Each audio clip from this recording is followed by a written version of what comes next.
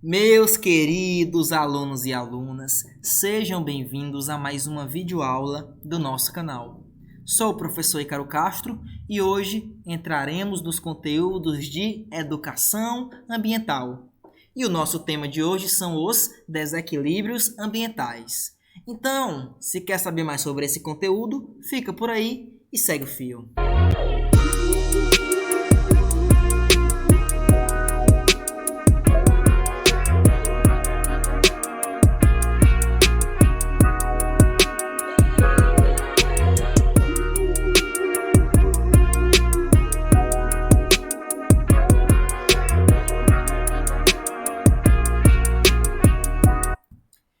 Então, meus queridos alunos e alunas, hoje falaremos sobre alguns desequilíbrios ambientais que assombram o nosso querido planeta Terra.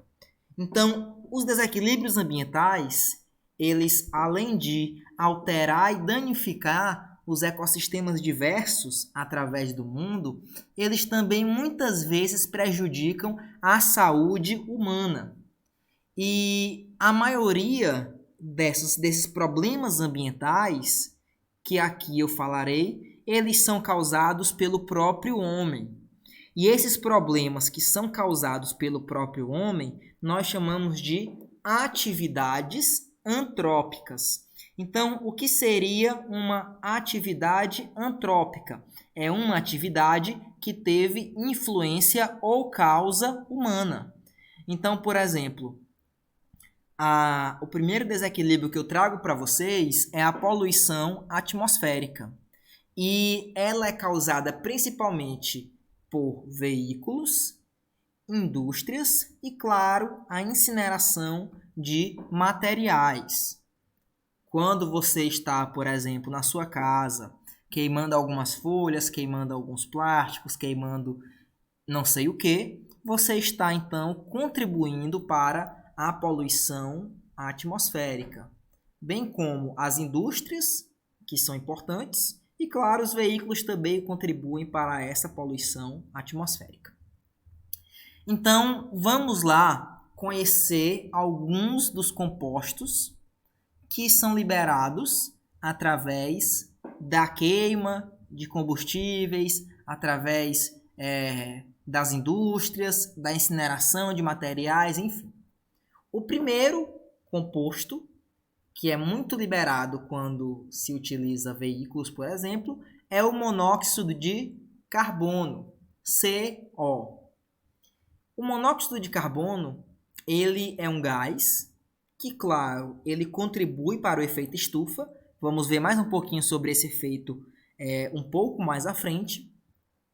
E sendo ruim, né, claro, para a atmosfera da Terra. Mas, além de trazer problemas para o efeito estufa, ele também traz problemas à saúde humana. Como? É o seguinte, observem aqui a imagem de um eritrócito, ou hemácia. Sim, a célula sanguínea. Então, a hemácia, ela vai ter o quê? Proteínas quaternárias chamadas de hemoglobinas. E a hemoglobina é justamente a parte da hemácia responsável por carregar o oxigênio. Então, claro, o oxigênio ele permite a respiração celular e permite, claro, que nós obtenhamos energia. Então, quando há uma grande quantidade de monóxido de carbono, e esse gás entra em contato com o corpo humano, a hemoglobina ela tende a fazer uma ligação estável com o monóxido de carbono.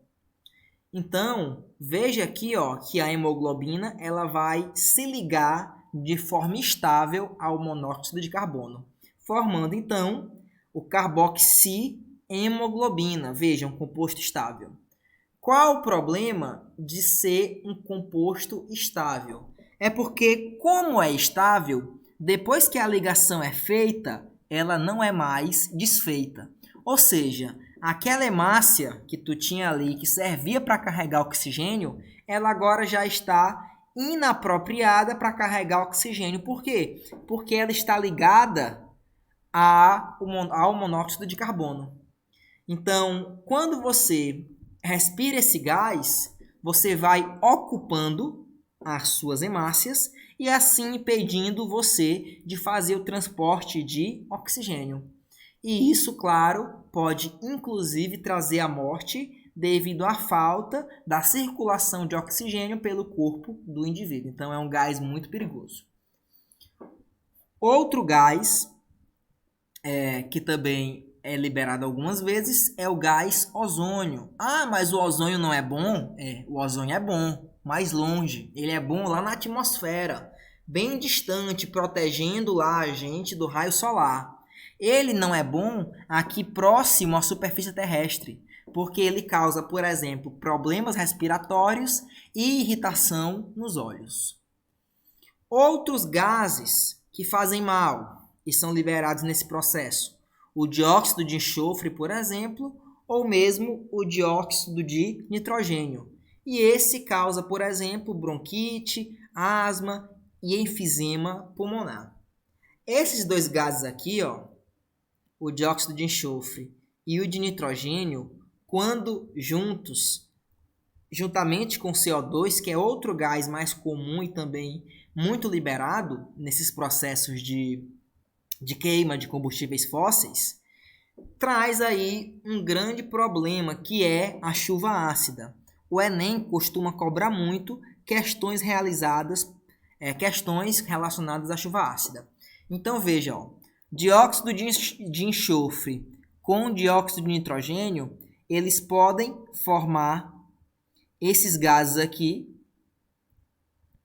H2SO4, HNO3, e esses gases, quando se juntam com o gás carbônico na atmosfera, eles podem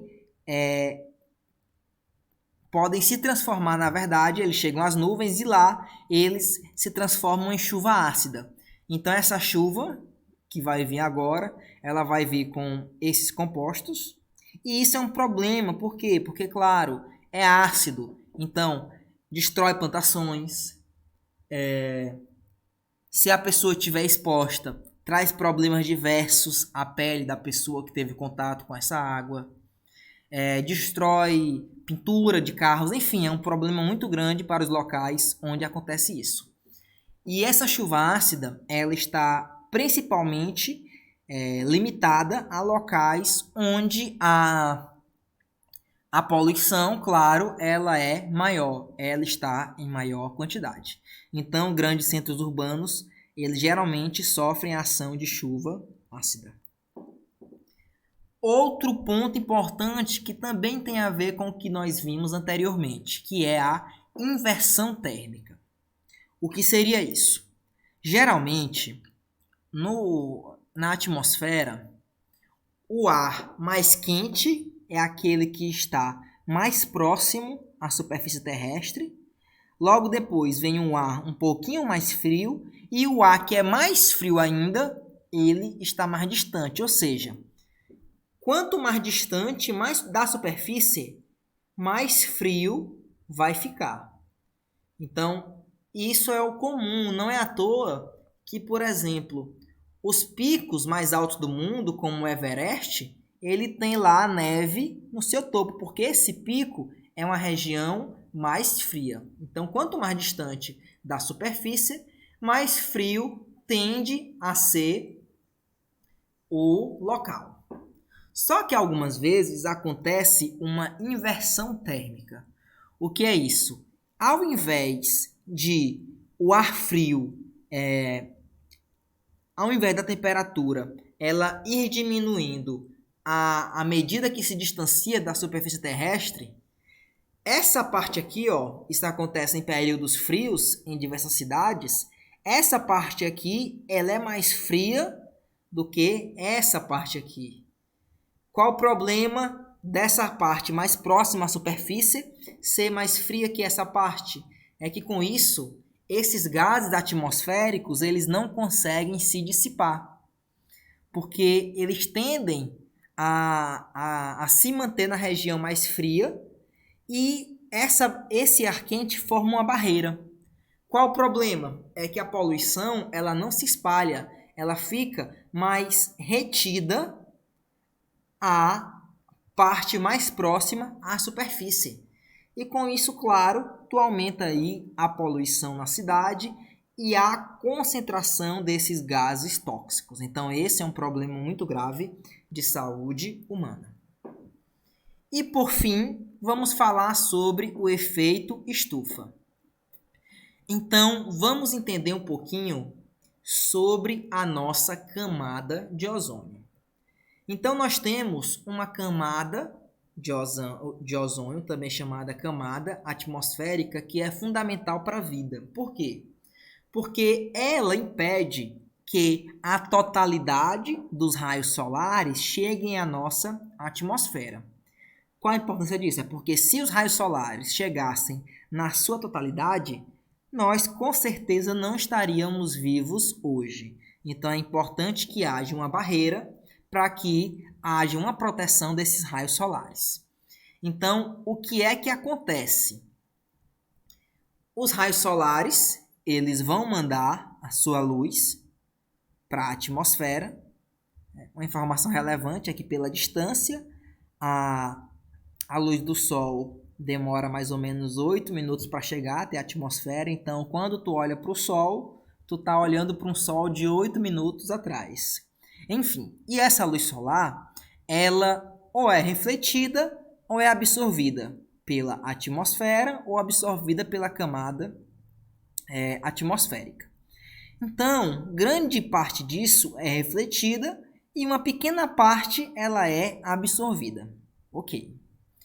Quando você faz buracos na camada de ozônio, por exemplo, você impede que ela filtre parte dessa luz, parte desses raios solares.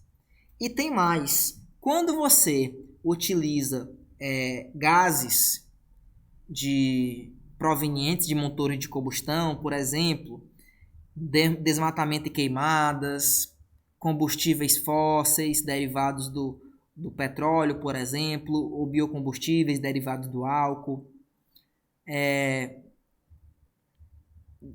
outros gases como nós vimos anteriormente. Enfim, tudo isso faz com que a nossa atmosfera ela fique cheia de gases. E esses gases que aqui estão, eles tendem a permitir a maior absorção dos raios solares. Ou seja, se o raio solar, se não tivesse esses gases, o raio solar chegaria e, claro, não é se não tivesse, porque se não tivesse seria também um problema, é se tivesse em quantidades menores. Ele chegaria e seria posteriormente, grande parte dele refletido. Com a presença dos gases, a maior parte, ou grande parte desse raio solar, ele fica aqui, ó.